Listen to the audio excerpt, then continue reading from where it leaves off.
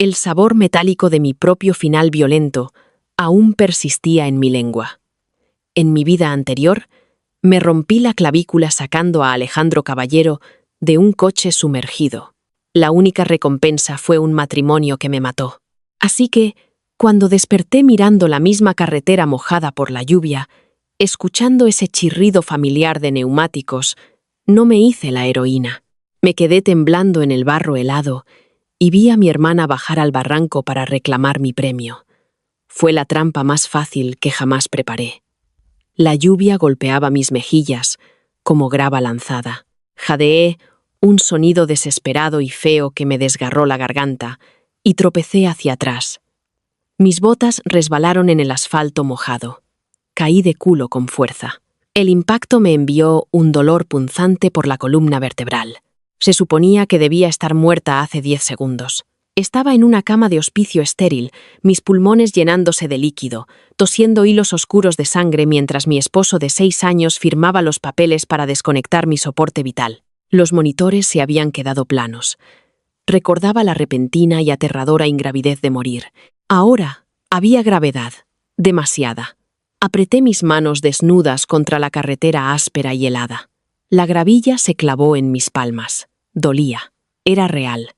Aspiré una bocanada de aire denso con olor a ozono, a pino húmedo y algo más agudo, anticongelante.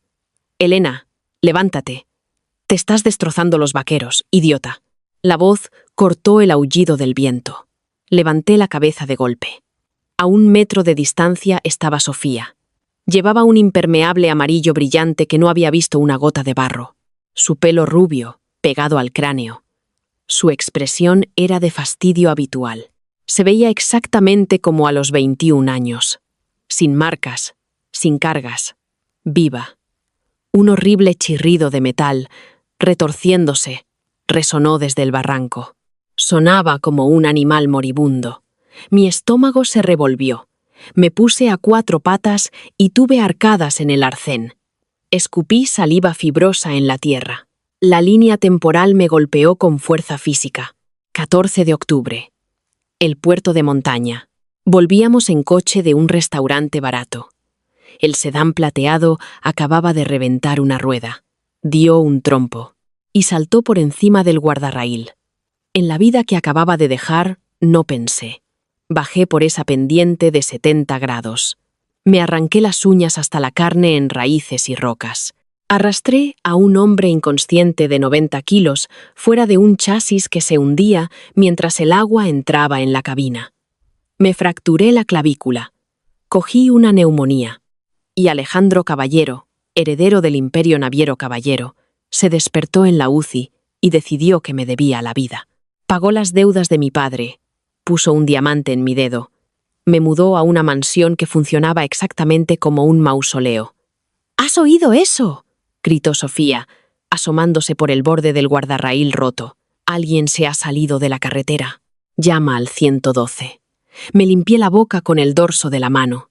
Mi piel estaba helada, pero un extraño calor febril comenzó a florecer en mi pecho. Miré la oscura caída hacia el barranco. Allá abajo, Alejandro se estaba desangrando sobre un volante.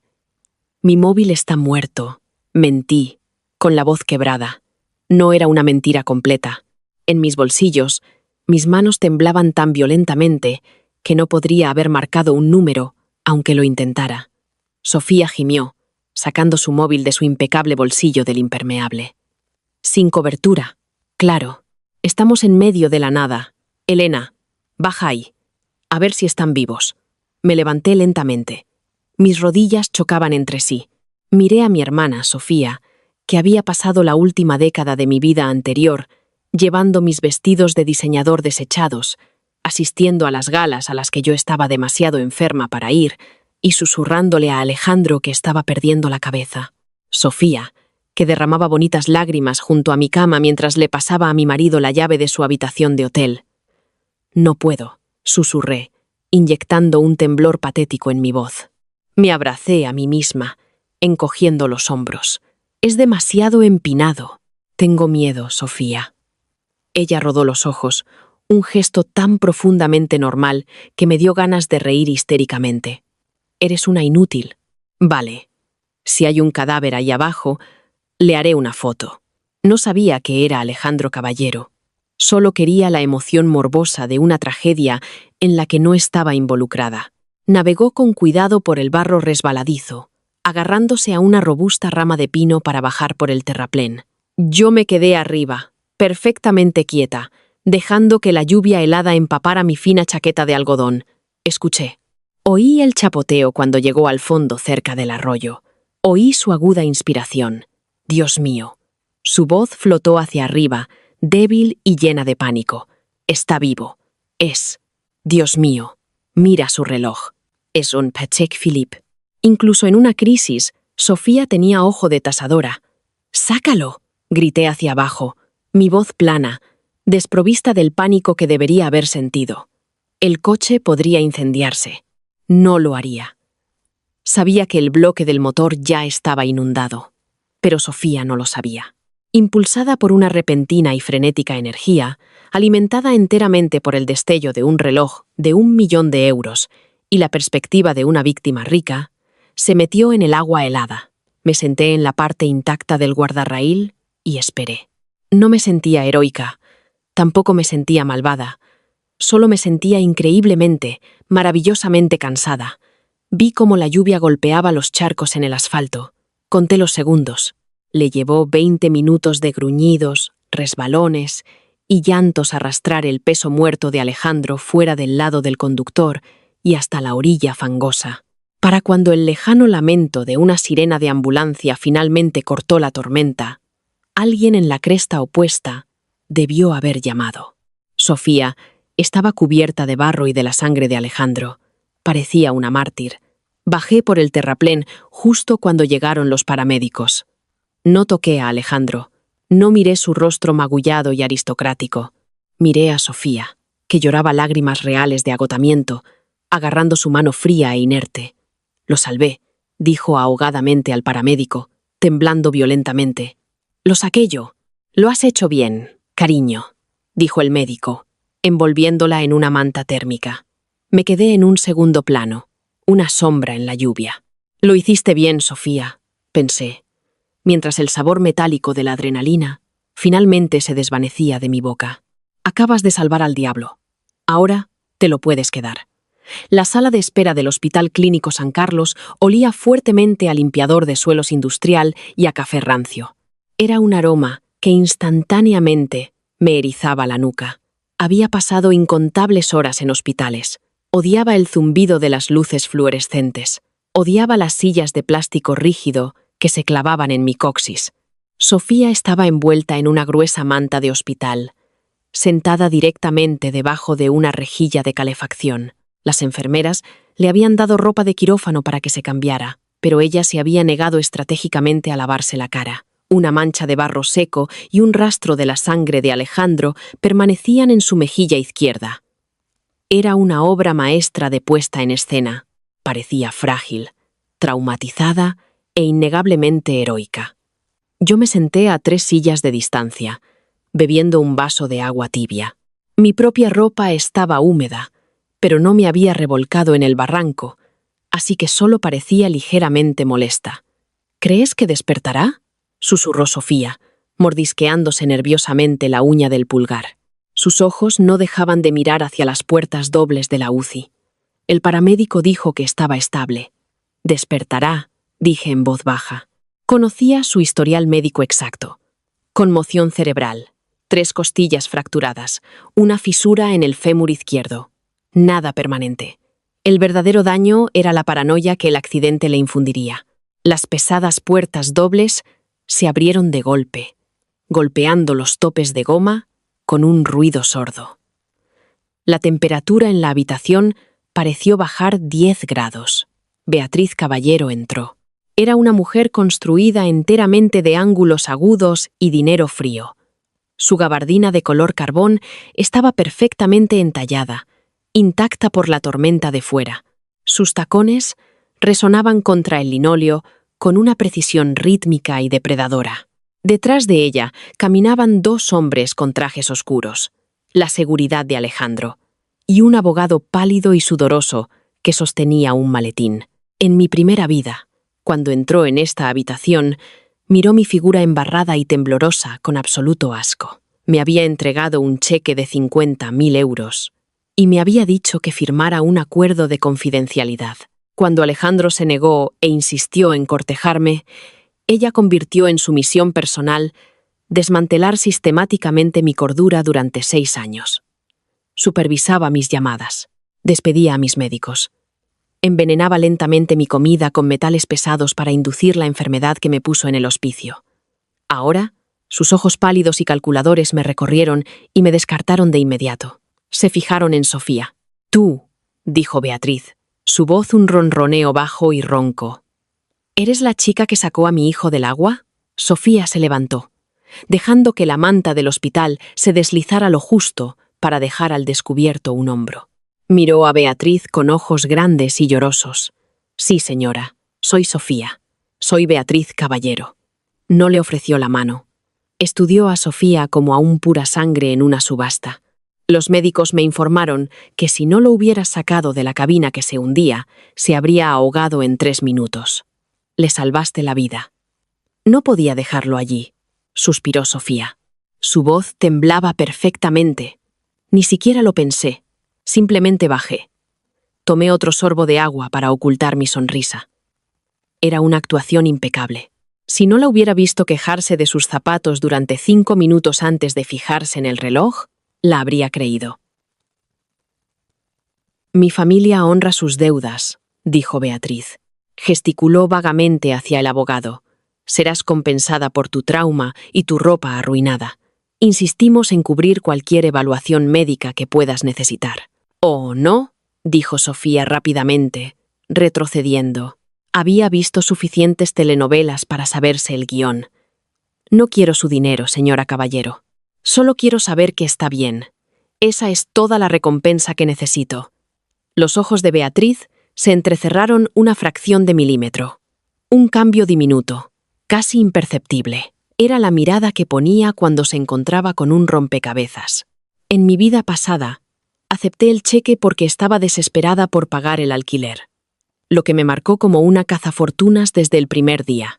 El fingido altruismo de Sofía acababa de lanzar una llave inglesa en la cínica visión del mundo de Beatriz. «Noble», murmuró Beatriz, aunque la palabra sonaba como un insulto suave. «Alejandro está recuperando la conciencia. Ha pedido ver a la persona que lo salvó». A Sofía se le cortó la respiración. Me lanzó una mirada rápida y triunfante. Un segundo en que se le cayó la máscara antes de volverse hacia Beatriz, con absoluta reverencia. «¿Puedo? ¿Brevemente?» Beatriz se dio la vuelta y abrió el camino. Sofía la siguió, prácticamente flotando a pesar de la ropa de quirófano demasiado grande. Yo me quedé en mi silla de plástico. No necesitaba ver a Alejandro. Sabía exactamente cómo estaba. Las vendas que envolvían su cabeza, los oscuros moratones que florecían bajo sus ojos, la pesada escayola en su pierna. Sabía la forma ronca y desesperada en que susurraría. «Gracias». Conocía la intensa y sofocante obsesión que inmediatamente echaría raíces en su cerebro traumatizado. Alejandro no solo amaba las cosas, las consumía. Necesitaba un salvador porque su propia familia estaba tratando de matarlo. Mi móvil vibró en mi bolsillo húmedo. Lo saqué. La pantalla estaba rota. Una telaraña de cristal sobre los iconos de aplicaciones de colores brillantes de 2016. Era un mensaje de nuestro padre. «¿Dónde estáis las dos?» La cena se enfría. Respondí lentamente, mis pulgares torpes en el pequeño teclado. «En el hospital. Sofía ha salvado a un multimillonario de un accidente de coche. Llegaremos tarde». Le di a enviar, reclinando la cabeza contra la fría pared de bloques de hormigón. Cerré los ojos, escuchando los sonidos ahogados del hospital. El chirrido de las suelas de goma, el lejano tintineo de un ascensor. Por primera vez en 6 años, no sentía un dolor agudo en los pulmones al inhalar. No había sabor metálico a veneno en mi lengua. El primer paso estaba completo. La correa había sido entregada. Ahora, solo tenía que asegurarme de no estar en el radio de la explosión cuando se rompiera. El viaje a casa fue sofocante, Íbamos en la parte de atrás de un SUV negro, uno de la flota de los Caballero, ofrecido por Beatriz como cortesía. Los asientos de cuero olían a ambientador de coche nuevo y a superioridad. Sofía no había parado de hablar en 40 minutos, y entonces me apretó la mano, decía, mirando su reflejo en la ventanilla tintada. Se había limpiado el barro, pero había dejado una leve mancha cerca de su mandíbula, presumiblemente para nuestros padres. Me miró directamente Elena. Sus ojos son tan azules como un azul increíble. Y dijo que me debe su mundo. ¡Qué bonito!, murmuré, mirando sin expresión las farolas que pasaban. Se difuminaban en rayas amarillas bajo la lluvia. ¿Bonito? Es un cuento de hadas. Se volvió hacia mí. Su expresión se endureció, abandonando el acto dulce, ya que estábamos solas con una pesada mampara de cristal que nos separaba del conductor. No te pongas celosa. Tuviste la oportunidad de bajar. Te acobardaste. Me aterroriza la oscuridad. Mentí con suavidad. Fuiste mucho más valiente que yo, Sofía. De verdad, mi total capitulación pareció desconcertarla por un segundo, pero su ego rápidamente se lo tragó entero. Bueno, algunas personas simplemente están hechas para la presión. Acarició con cariño la pesada tarjeta de visita en relieve que descansaba en su regazo. Pertenecía al secretario privado de Alejandro, una línea directa.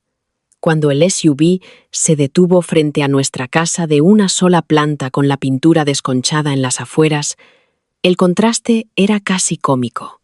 Los faros iluminaron los rododendros crecidos y el hormigón agrietado de la entrada. Antes de que el motor se apagara, la puerta principal se abrió de golpe. Nuestro padre, Ricardo, estaba en el porche, con un cigarrillo colgando de los labios. Claramente había buscado en Google el nombre que le envié por mensaje. Prácticamente vibraba de codicia nerviosa. Sofía saltó del coche, interpretando de nuevo a la superviviente exhausta. «Papá», gimió, dejándose abrazar por él. «Mi niña valiente», dijo Ricardo en voz alta, mirando el caro SUV al ralentí en la entrada.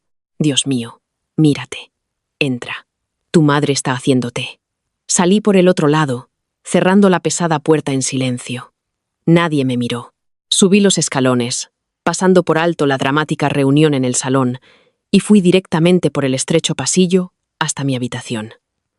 Abrí la puerta y encendí la luz. Una ola de nostalgia, aguda y dolorosa, me golpeó en el pecho. Mi antigua habitación, los pósteres de bandas descoloridos en las paredes, el colchón hundido, la mancha de humedad en el techo que se parecía vagamente a una calavera. Era un desastre, pero era mío. Aún no había sido empaquetado en cajas. No había sido reemplazado por una suite en la finca de los Caballero, donde las ventanas no se abrían más de 5 centímetros. Cerré la puerta con llave. Me quité la ropa húmeda, la tiré en un montón en el suelo y me puse una sudadera gris descolorida y unos pantalones de chándal suaves. Me senté en el borde de la cama y hundí la cara entre las manos. La adrenalina estaba bajando, dejando un dolor frío y hueco a su paso. Sobreviví. Tenía 19 años. Tenía toda mi vida de vuelta, pero no podía simplemente huir. Si desaparecía, la obsesión de Alejandro podría eventualmente volver a la escena del crimen, a la otra hermana que estaba allí. Necesitaba que Sofía se casara con él. Necesitaba que ella me eclipsara por completo en su mente. Busqué debajo de mi cama y saqué un cuaderno de espiral barato. Cogí un bolígrafo de mi escritorio y empecé a escribir. La familia Caballero no era solo dinero antiguo. Eran residuos tóxicos cubiertos de pan de oro. En mi vida pasada, me llevó 3 años darme cuenta de que el accidente de Alejandro no fue un accidente.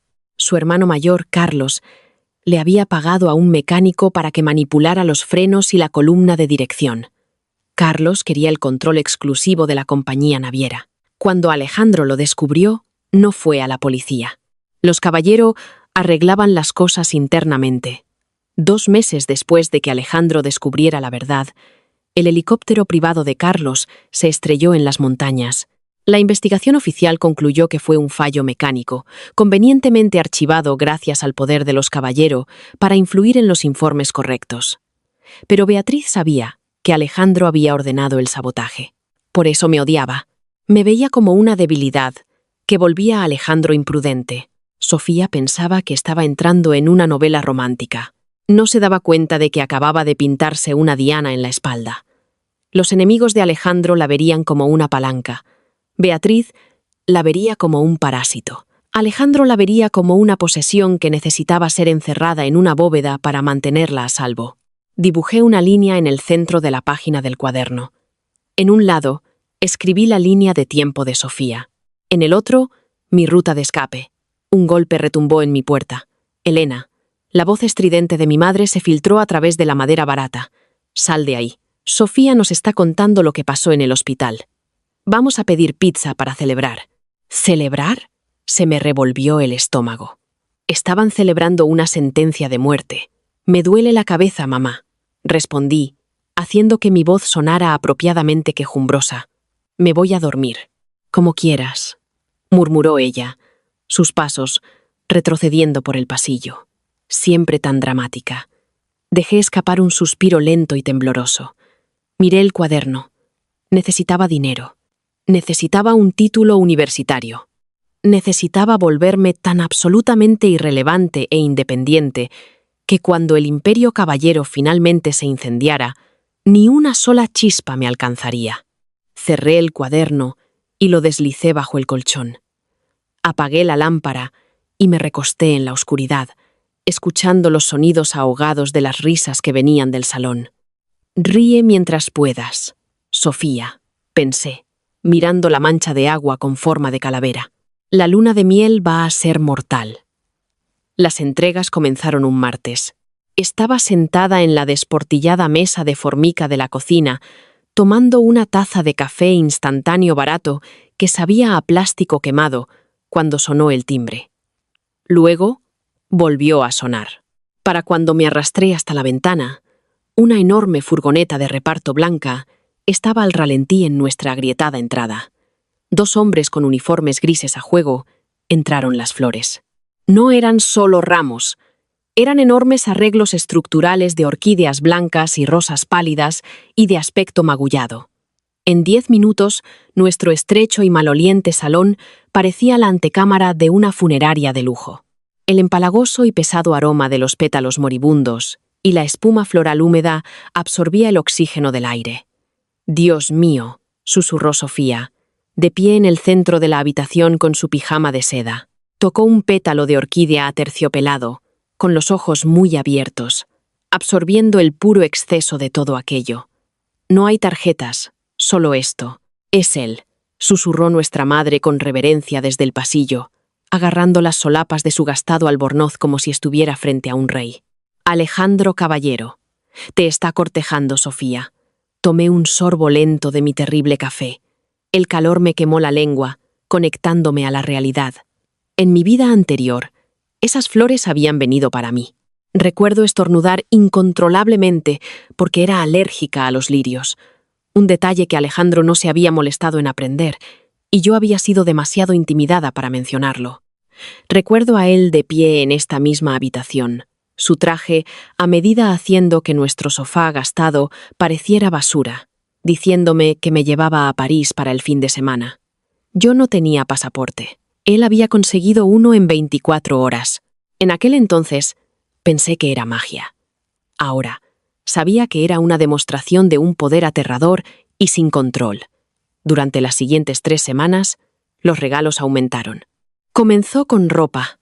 Bolsas de ropa de diseñadores cuyos nombres mis padres no podían pronunciar llegaban a diario.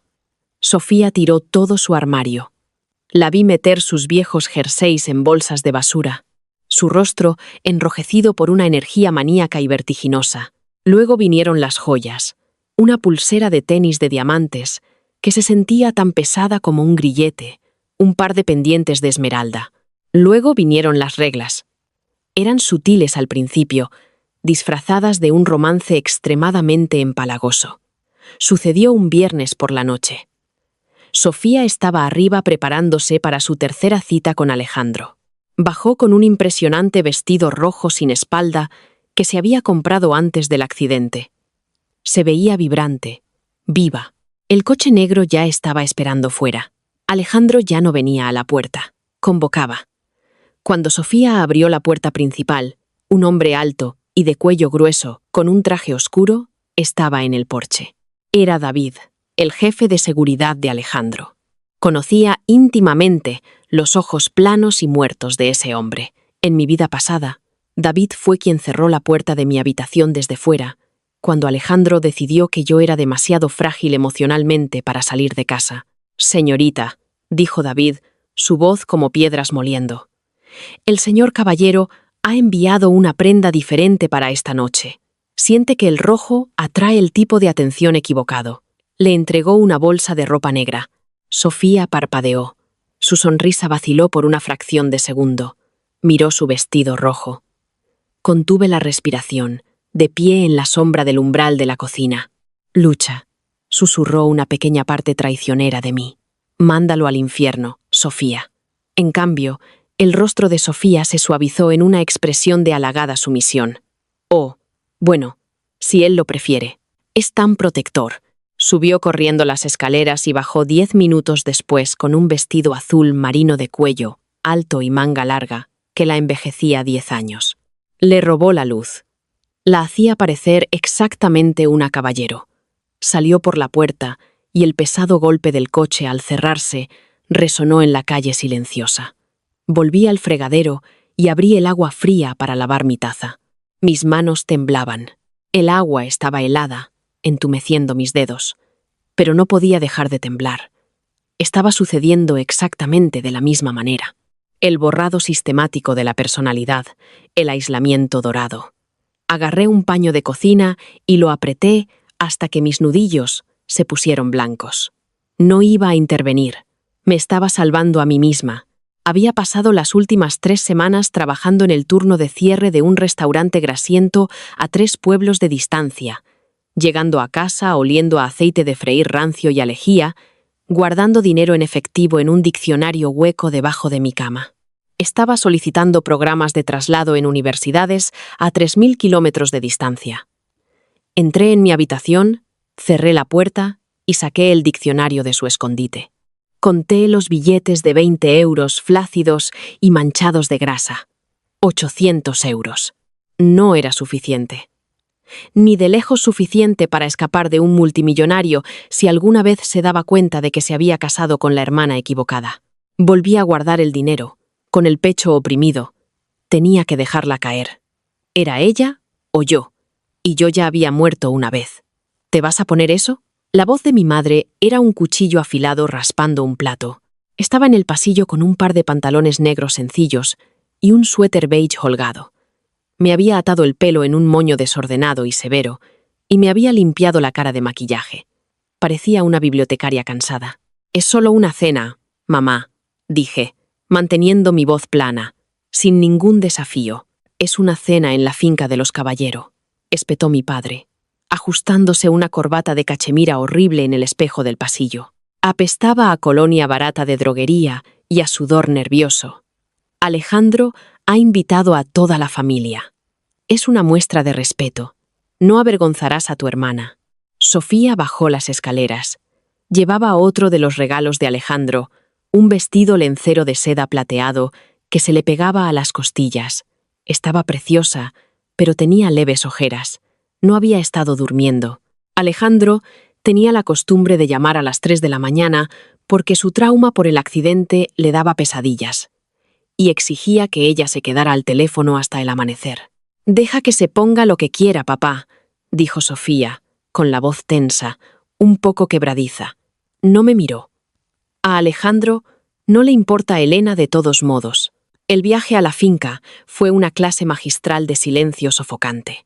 La propiedad de los Caballero no era un hogar. Era una fortaleza disfrazada de mansión. Altas puertas de hierro forjado se abrieron para revelar un camino de entrada de 1,5 kilómetros bordeado de robles esqueléticos.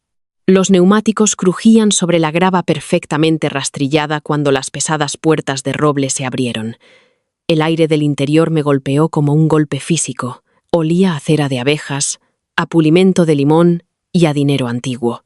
El vestíbulo de mármol era cavernoso, resonando con el tic-tac de un enorme reloj de pie. Alejandro estaba al pie de la gran escalera. Verlo de nuevo en persona me provocó una oleada de náuseas puramente viscerales.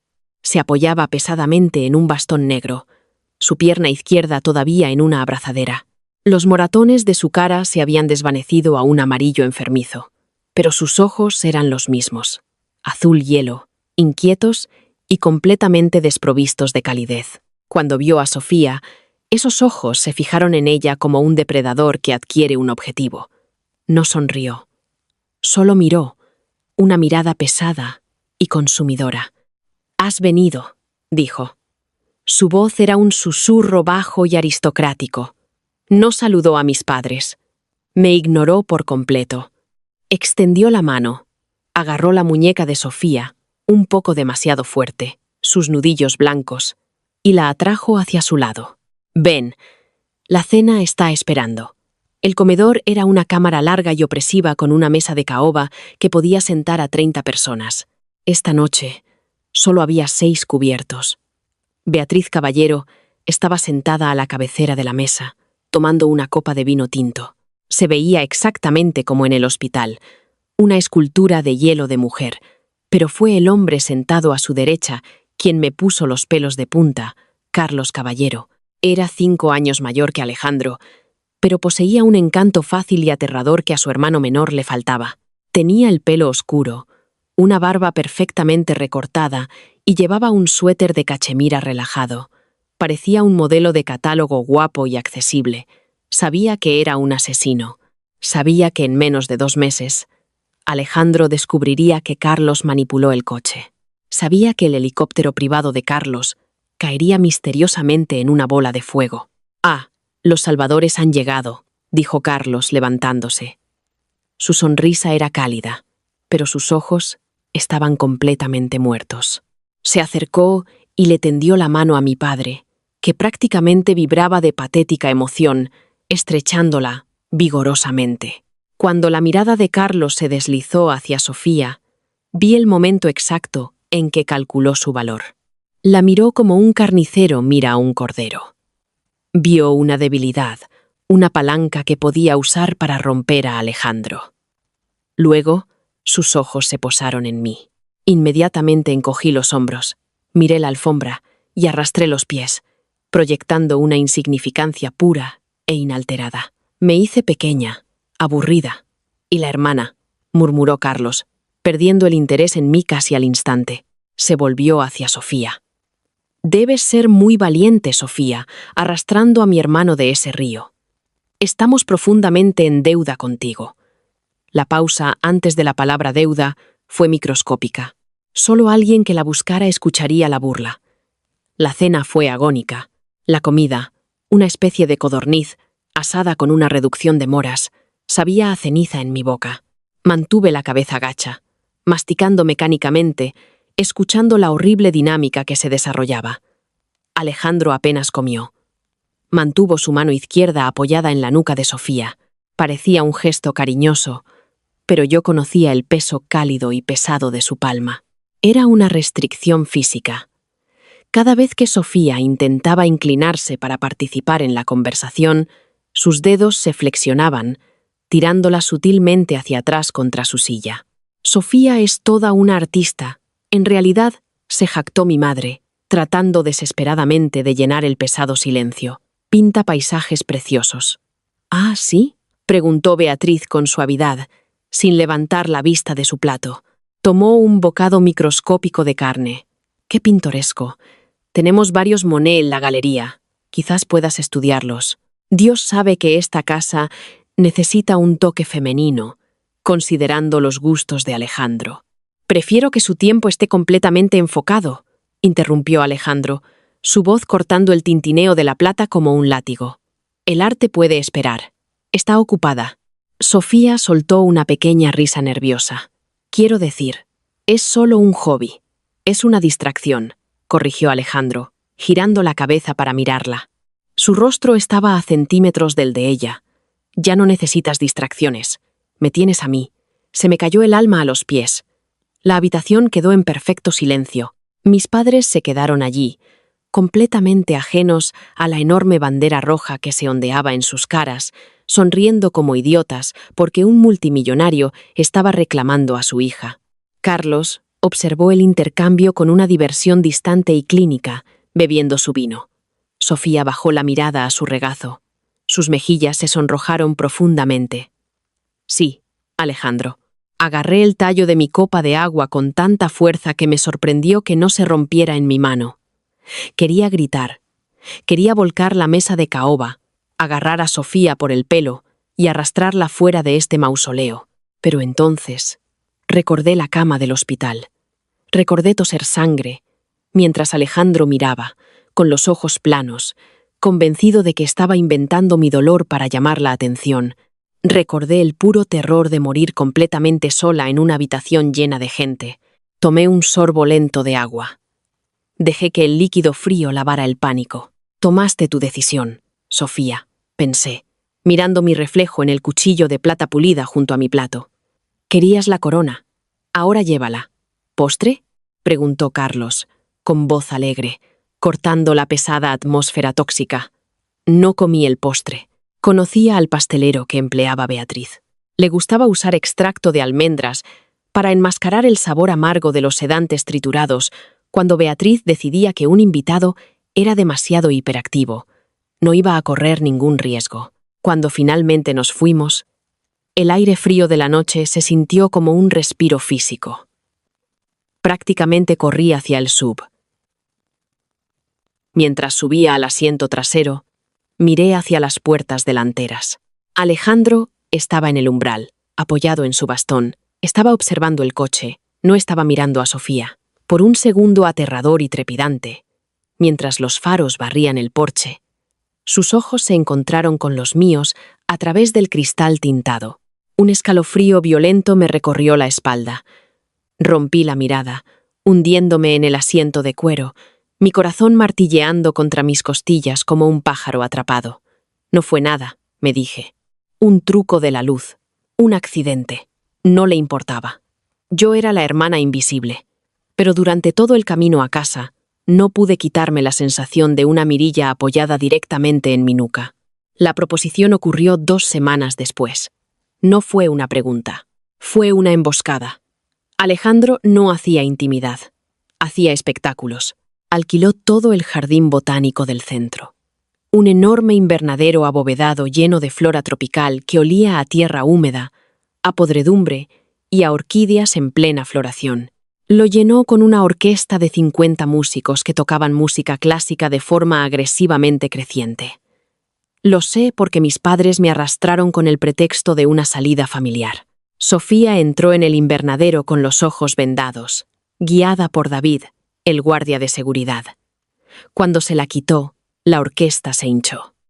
Alejandro estaba al final de un camino pavimentado con miles de pétalos de rosa blanca, apoyado pesadamente en su bastón, sosteniendo una caja de terciopelo. Yo estaba en la sombra cerca de un enorme helecho, viendo a mi hermana deshacerse en lágrimas. «Salvaste mi vida», la voz de Alejandro retumbó, haciendo eco en el techo de cristal. No se arrodilló. No podía por su pierna, pero no lo necesitaba. Toda la sala ya se estaba inclinando ante él. «Me sacaste de la oscuridad, Sofía. Ya no puedo existir en la oscuridad. Sé mi luz permanentemente». Fue un monólogo hermoso y aterrador. Sonaba como un voto romántico, pero yo conocía la traducción. «Ahora eres mi propiedad. Perteneces a mi bóveda». Sofía sollozó. Asintió frenéticamente. Dejó que él le deslizara un diamante del tamaño de una canica en su mano izquierda. El anillo era tan pesado que su dedo se dobló físicamente por el peso. Mis padres vitorearon. Mi padre lloró, sin duda calculando el repentino y masivo aumento de su propio patrimonio neto. Me escabullí del invernadero antes de que se descorchara el champán. Tomé un autobús urbano de vuelta a las afueras. El aire dentro del autobús olía a lana húmeda y a gases de escape. Era hermoso, era real. Me senté en la parte de atrás, apoyando la cabeza contra el cristal vibrante, y saqué mi móvil. Tenía un correo electrónico. Oficina de Admisiones, Universidad Complutense de Madrid. Estado. Aceptada.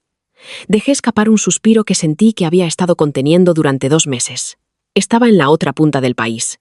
En Madrid llovía mucho. Sería un rostro en una multitud de 40.000 estudiantes. Tenía suficiente dinero ahorrado del restaurante para comprar un billete de autobús de ida y sobrevivir en un albergue barato durante 1 mes hasta que encontrara trabajo. Me iba a largar. Cuando finalmente entré en nuestra casa, estaba oscura y felizmente silenciosa. El olor de las flores podridas de la primera entrega de Alejandro todavía se aferraba vagamente a las cortinas, pero se estaba desvaneciendo. Fui a mi habitación, saqué una bolsa de lona del armario y empecé a hacer la maleta. Solo lo esencial: vaqueros, jerseys gruesos, un buen par de botas, nada de vestidos, nada que pudiera relacionarse con la vida que estaba dejando atrás. 1 hora después, la puerta principal se abrió de golpe. Risas y voces altas y excitadas inundaron el pasillo. La puerta de mi habitación se abrió sin llamar. Sofía estaba allí. Sostenía una botella de champán absurdamente caro por el cuello. Tenía la cara sonrojada, el maquillaje ligeramente corrido, el enorme diamante captando la luz de mi barata lámpara de escritorio y lanzando arcoíris dentados por mis paredes descoloridas. «Estoy prometida», arrastró las palabras, apoyándose pesadamente en el marco de la puerta. «Lo vi», dije en voz baja, cerrando la cremallera de mi bolsa de lona y metiéndola debajo de la cama con el pie. «Felicidades, Sofía». Me miró fijamente durante un largo momento. El brillo maníaco y victorioso en sus ojos se resquebrajó. El alcohol estaba despojándola de la laca protectora con la que había estado pintando su ansiedad. Entró en mi habitación y se sentó pesadamente en el borde de mi colchón. Se hundió bajo su peso. «Ha despedido a mi jefe hoy», susurró. Me quedé helada, mi mano suspendida sobre el cajón de mi escritorio. «¿Qué? Trabajaba en la galería, ¿recuerdas?». Miró sus manos, trazando la banda del enorme anillo. Le dije ayer que tenía una gran exposición próximamente, que estaba estresada por colgar las piezas. Hoy, mi jefe llamó. Dijo que la galería había sido comprada. Dijo que todo el personal actual había sido despedido con un paquete de indemnización masivo. Me miró. Sus ojos estaban húmedos, pero no con lágrimas de felicidad. Había un pánico crudo y desnudo nadando en ellos. «Lo hizo para que no me estresara», dijo, con la voz temblorosa. Dijo que no necesitaba trabajar nunca más, que mi único trabajo era ser suya. La trampa de terciopelo se había cerrado de golpe, más rápido que para mí. Quizás porque fue ella quien lo sacó de los restos del coche, su obsesión con ella se magnificó. La estaba aislando a la velocidad de la luz. «Sofía», empecé.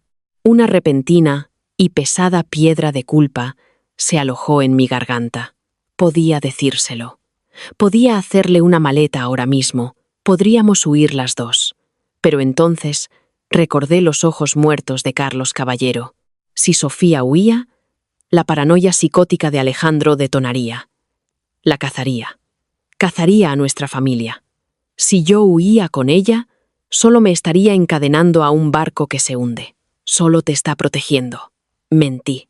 Mi voz sonaba hueca, como si perteneciera a otra persona. Te quiere. Vas a ser la esposa de un multimillonario, Sofía. Esto es lo que querías. Ya no tienes que preocuparte por nada.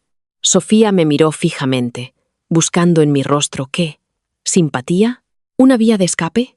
No encontró ninguna de las dos. Mi rostro era una máscara de educada envidia. Lentamente, el pánico en sus ojos retrocedió, tragado de nuevo por el ego y la codicia. Se levantó, alisándose el frente de su caro vestido. Levantó la barbilla. «Tienes razón», dijo, volviendo el ligero arrastre de las palabras. «Estoy abrumada. Es mucho. Voy a tener personal, Elena. Voy a tener una casa en los Hamptons. Lo vas a tener todo», asentí suavemente. Ella sonrió, una cosa frágil y afilada, y salió de mi habitación, dejando la puerta abierta detrás de ella. Me quedé allí en silencio, escuchándola subir las escaleras a trompicones. Busqué debajo de la cama, agarré mi bolsa de lona y la saqué. Paso 2, pensé, la fría resolución endureciéndose en mi pecho, congelando la culpa, desaparecer. Puse la alarma para las 4 de la mañana. Mi autobús salía a las 6. Iba a ser un fantasma antes de que Alejandro Caballero siquiera se despertara. La lluvia de Madrid es diferente de la tormenta que lavó la sangre de Alejandro Caballero en la tierra. No aúlla, simplemente sofoca. Una llovizna gris implacable que cubre el hormigón con un brillo resbaladizo y se filtra en la médula de tus huesos. Me encantaba. Era el clima perfecto para desaparecer. Mi nueva vida olía a granos de café tostado, a lienzo húmedo y a lejía industrial. Trabajaba en el turno de apertura de una cafetería independiente y arenosa cerca del campus universitario, limpiando mesas antes de que el sol siquiera se molestara en intentar penetrar la capa de nubes. Alquilé un apartamento en un sótano que no tenía cobertura móvil y exactamente una ventana que daba a una pared de ladrillo. Era una obra maestra de la mediocridad. Había cambiado legalmente mi apellido por el de soltera de mi madre. Llevaba franelas holgadas y mantenía el pelo corto, cortándomelo yo misma con tijeras de cocina sobre un fregadero de porcelana desconchado. Cuando me miraba en el espejo, no veía a la trágica y envenenada esposa de un multimillonario. Veía a una estudiante veinteañera cansada, especializándose en contabilidad forense. Mantuve un ojo en los Caballero, por supuesto. No se le da la espalda a un tigre dormido. Se observa su pecho subir y bajar desde una distancia muy segura. La boda fue noticia nacional. Sofía parecía una muñeca de porcelana envuelta en una camisa de fuerza de azúcar hilado y diamantes. Las revistas lo llamaron el cuento de hadas de la década. Me senté en una lavandería mugrienta, viendo la transmisión en una televisión con estática y sin sonido, comiendo una porción tibia de pizza de €1. Alejandro estaba a su lado en el altar, agarrando su bastón con empuñadura de plata, con un aspecto increíblemente guapo y completamente hueco. No la besó cuando el sacerdote terminó. Simplemente le agarró la mandíbula y le presionó los labios en la frente, sellando un contrato. 6 meses después, cayó el segundo zapato. Estaba limpiando la máquina de café expreso cuando una alerta de noticias apareció en mi móvil, que estaba apoyado junto al bote de las propinas. La tragedia golpea a la familia Caballero. Carlos Caballero, heredero y ejecutivo, muere en un accidente de helicóptero privado en los Pirineos. Dejé de limpiar. El trapo en mi mano estaba empapado en agua hirviendo, pero no sentí la quemadura. La línea de tiempo se mantenía. La bestia estaba operando exactamente como recordaba. Carlos había intentado matar a Alejandro. Alejandro lo había descubierto. Alejandro tomó represalias con una desproporción psicótica absoluta. Una emoción oscura y vergonzosa se retorció en mis entrañas. Había sobrevivido. Había navegado con él en otro campo de minas y había dejado a mi hermana sosteniendo el detonador. Pero la culpa era un parásito terco. Se encendía a altas horas de la noche, generalmente cuando el radiador de mi apartamento silbaba y traqueteaba. Me quedaba despierta, mirando el techo, preguntándome si Sofía ya estaría tosiendo sangre, preguntándome si Beatriz estaría echando extracto de almendras en su té nocturno. La respuesta llegó un martes de noviembre, exactamente 1 año y medio después de que me fuera. Sonó el teléfono fijo de la cafetería. Era un arcaico aparato de plástico beige que solo sonaba cuando nuestro proveedor se retrasaba. Mi gerente, Gregorio, estaba en la parte de atrás haciendo inventario. Me sequé las manos en el delantal y lo cogí. Central de tostadores. La estática crepitaba al otro lado. Una estática gruesa y pesada como una respiración desesperada, tratando de pasar a través de un filtro obstruido. Elena. El nombre sonó como papel rasgándose. Me quedé helada.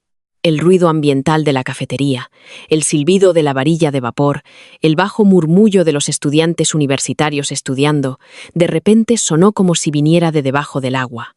Sofía, suspiré. Me quitó el móvil. Elena. Su voz era un susurro frenético y entrecortado. Hablaba demasiado rápido, tropezando con sus palabras. Me quitó el pasaporte. David se queda fuera del baño cuando me ducho. Dice que es porque la prensa es demasiado agresiva, pero no están fuera. No hay nadie fuera. Las puertas siempre están cerradas. Mi agarre en el receptor de plástico Se tensó hasta que mis nudillos dolieron. ¿Desde dónde llamas? Un teléfono de jardinero. Lo robé. Elena, tengo miedo. Beatriz me mira como si estuviera esperando a que me muera. Y Alejandro. Alejandro no duerme. Simplemente se sienta en un rincón de la habitación y me mira. Me hace preguntas sobre el accidente.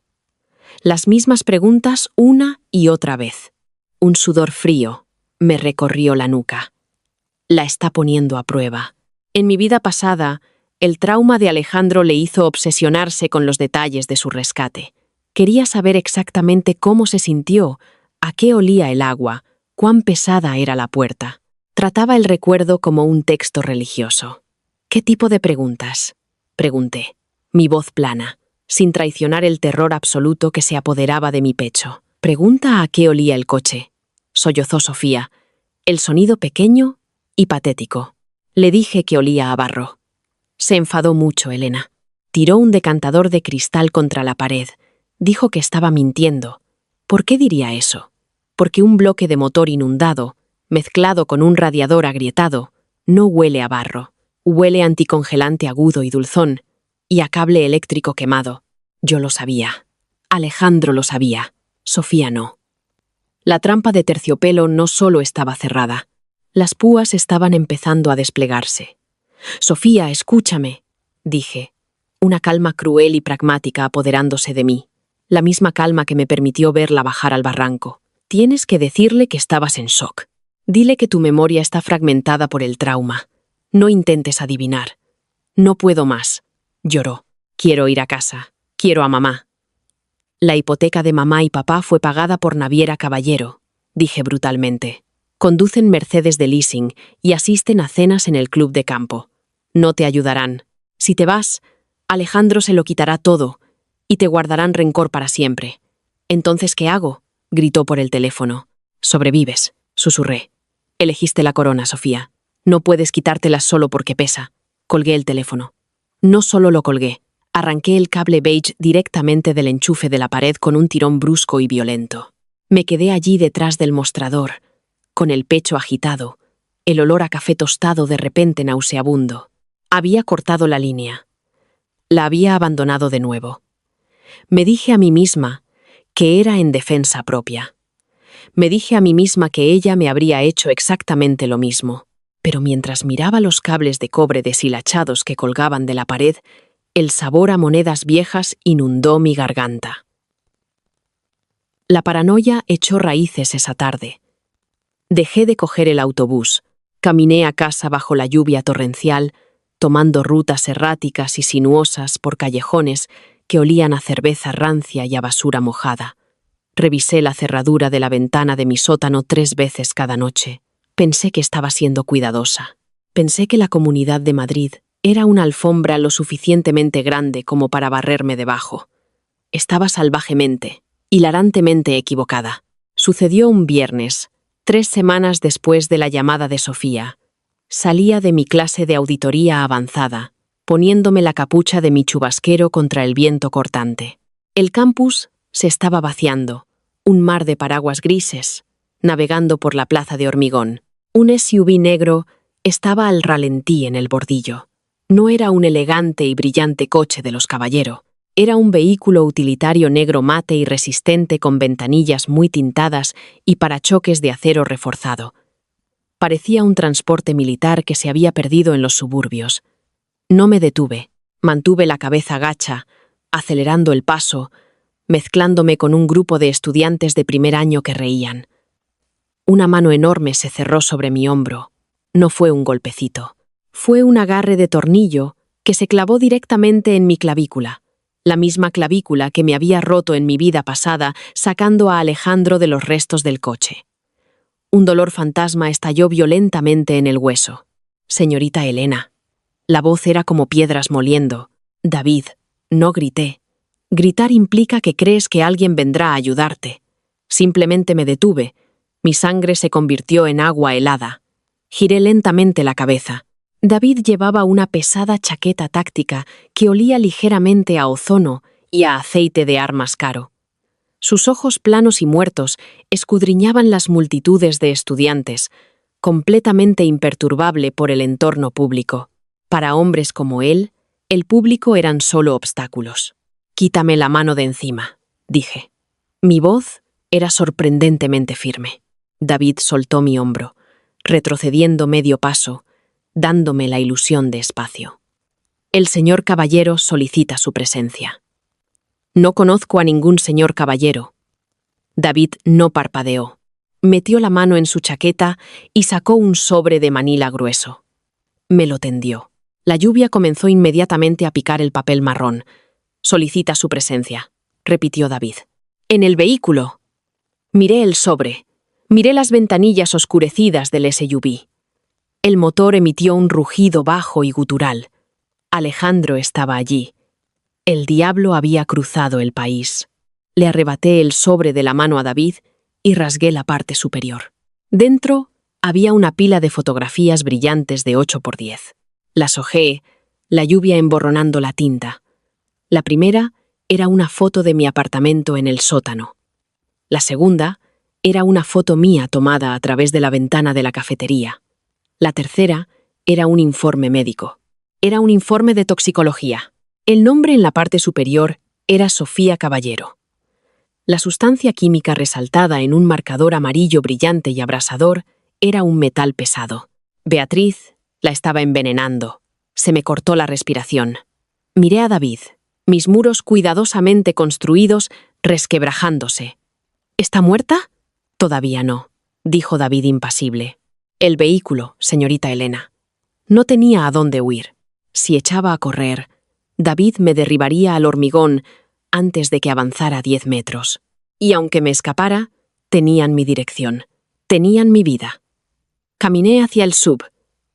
David abrió la puerta trasera. El interior olía a cuero rico, a whisky caro y al inconfundible aroma estéril del alcohol de frotar. Alejandro estaba sentado en el rincón más alejado, su pierna mala estirada rígidamente sobre el asiento. Tenía un aspecto atroz. Su traje a medida le quedaba holgado, como si hubiera perdido 7 kilos en un mes. Círculos oscuros, como moratones, colgaban bajo sus ojos. Parecía un hombre consumido por dentro. Cuando sus ojos se encontraron con los míos, la temperatura en el coche se desplomó. No había afecto, no había gratitud, solo había una claridad aterradora y voraz. Entré. La pesada puerta se cerró de golpe detrás de mí, con un ruido nauseabundo, cortando el sonido de la lluvia. «Hola, Elena», carraspeó Alejandro. Hizo girar un dedo de líquido ámbar en un vaso de cristal. «Ci has cortado el pelo». Me pegué a la puerta opuesta, poniendo tanto cuero entre nosotros como fuera posible. «¿Por qué estás aquí, Alejandro?» No respondió de inmediato. Tomó un sorbo lento de su whisky. «Mi mujer está actualmente en una clínica privada en el norte de España.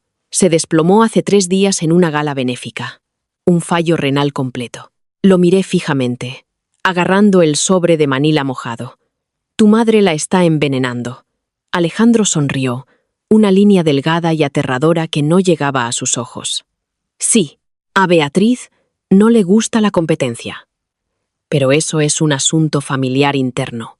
Lo que me interesa, Elena, es la confesión delirante que hizo mi esposa mientras los paramédicos intentaban estabilizar su ritmo cardíaco, y la llamada que hizo desde un teléfono que no tardamos ni 1 hora en rastrear hasta una cafetería cerca de la Complutense.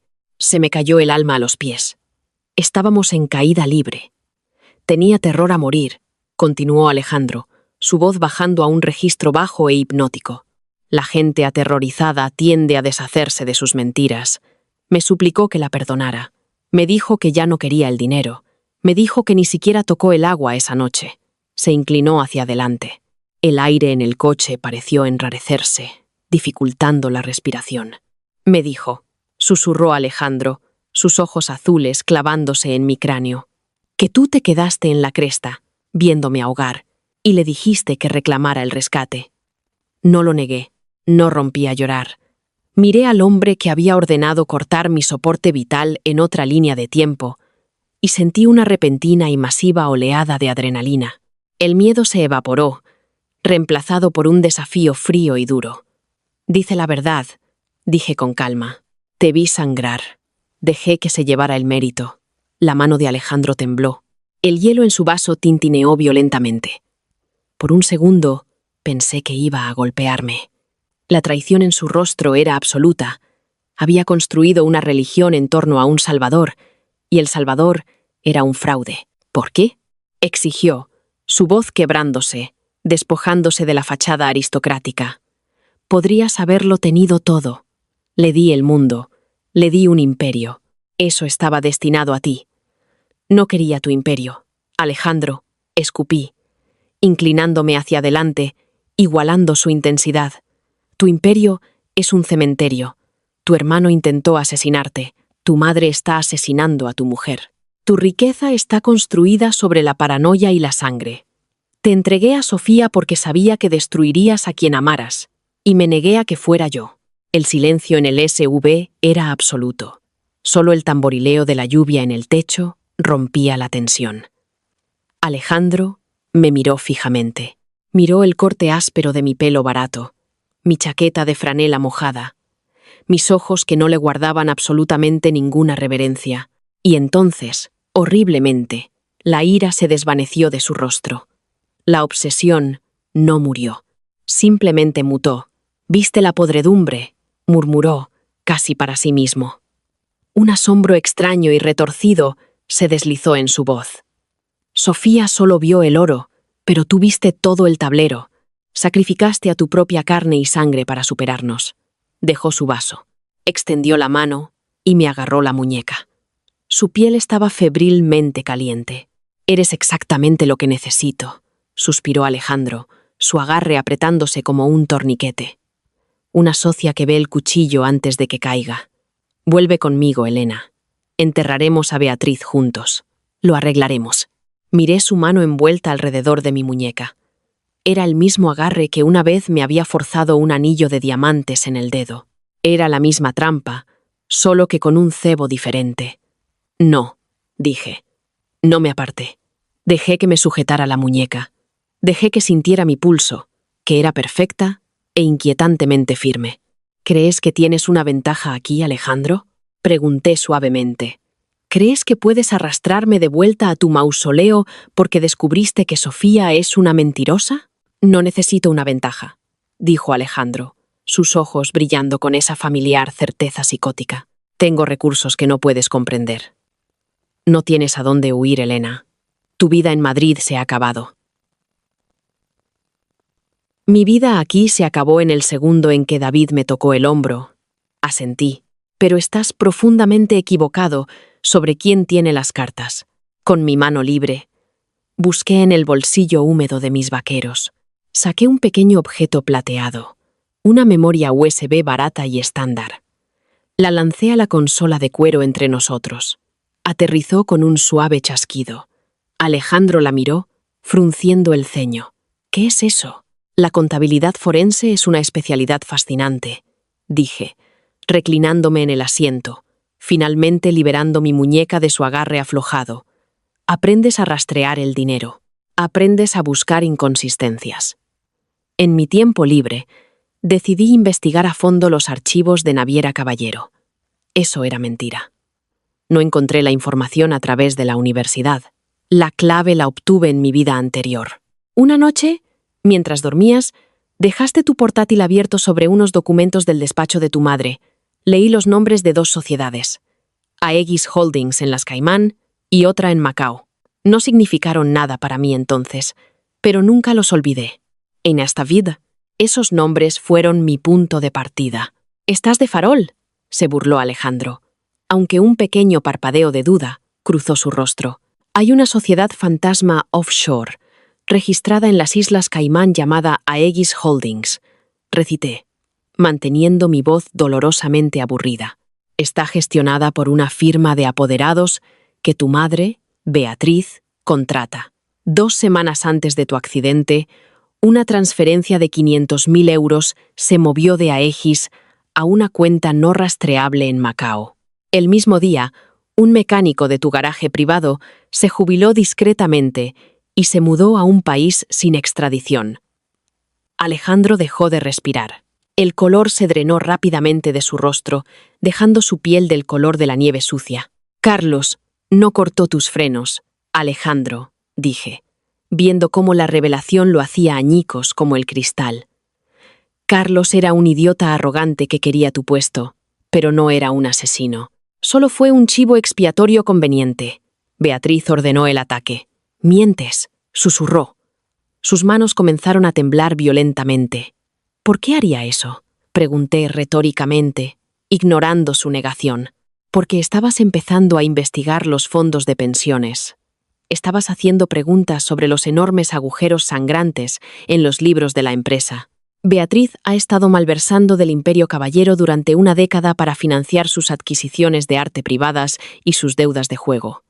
Ibas a exponerla, así que intentó ponerte en un barranco. Señalé la memoria USB, los números de ruta, las firmas de los apoderados, los libros ocultos. Está todo ahí. Un rastro de migas de pan digital que lleva directamente a la garganta de tu madre». Alejandro miró fijamente la unidad plateada como si fuera una granada activa. Su mente, ya fracturada por el trauma y la traición, se estaba doblando visiblemente bajo el peso de la verdad. Toda su cruzada contra su hermano, el asesinato que orquestó en represalia, se basaba en una mentira fabricada por su propia madre. Si no me registro en un servidor de correo electrónico específico en exactamente 4 horas, mentí suavemente, asegurando el cerrojo de su jaula. El contenido de esa unidad se enviará automáticamente a la CNMV, a la UDEF y a la Redacción de Periodismo de Investigación de El País. El Imperio Caballero será desmantelado en un mes. Beatriz irá a una prisión federal. Y tú, Alejandro, serás arrastrado en el fuego cruzado. Me miró. El depredador arrogante y consumidor había desaparecido. Sentado frente a mí, había un niño pequeño, roto y aterrorizado, que se daba cuenta de que los monstruos estaban en su propia casa. «¿Qué quieres?», dijo ahogadamente. «Quiero que le digas a David que abra la puerta», dije. «Quiero que vayas al aeropuerto y vuelvas a tu miserable y podrido reino. Vas a hacer limpieza. Vas a lidiar con Beatriz. Y vas a dejar a Sofía exactamente donde está. Paga su clínica. Dale una asignación. Déjala vivir en su jaula dorada, pero nunca, jamás, volverás a buscarme». Alejandro tragó saliva. Extendió una mano temblorosa y cogió la memoria USB. La agarró con tanta fuerza que sus nudillos se pusieron blancos. «Eres despiadada», susurró. «Aprendí de los mejores», respondí. Extendí la mano y abrí el seguro de la pesada puerta. La empujé para abrirla. La helada lluvia madrileña me azotó inmediatamente la cara. Sabía a ozono, a pavimento mojado y a una libertad absoluta e incondicional. Salí del SUV y cerré la puerta de golpe sin mirar atrás. No corrí. Caminé por la acera, mezclándome con el mar de paraguas grises. Detrás de mí, el pesado motor del vehículo blindado rugió a la vida. Los neumáticos silbaron contra el asfalto mojado mientras Alejandro Caballero daba la vuelta y se dirigía de nuevo hacia el aeropuerto, conduciendo directamente al infierno de su propia creación. Caminé hasta que mis botas estuvieron empapadas. Caminé hasta que encontré un restaurante barato que olía a aceite de freír rancio y a café malo. Me senté en un reservado cerca de la ventana. Pedí un café solo y vi cómo la lluvia lavaba la ciudad. La pesadilla finalmente había terminado. Había dejado al diablo en el barro, justo donde pertenecía. Ese es el final del juego despiadado de Elena. Si sentiste el frío agarre de esa lluvia y te encantó ver a una protagonista más lista que el multimillonario en lugar de doblegarse ante él, dale al botón de me gusta ahora mismo. Realmente ayuda a difundir la historia. Comparte esto con alguien que ame el drama oscuro y estratégico, y los personajes que no se disculpan por su supervivencia. No olvides suscribirte al canal para no perderte ninguna nueva historia. Quiero saber tu opinión en los comentarios. ¿Fue Elena una villana, una superviviente o ambas cosas? Nos vemos en la próxima.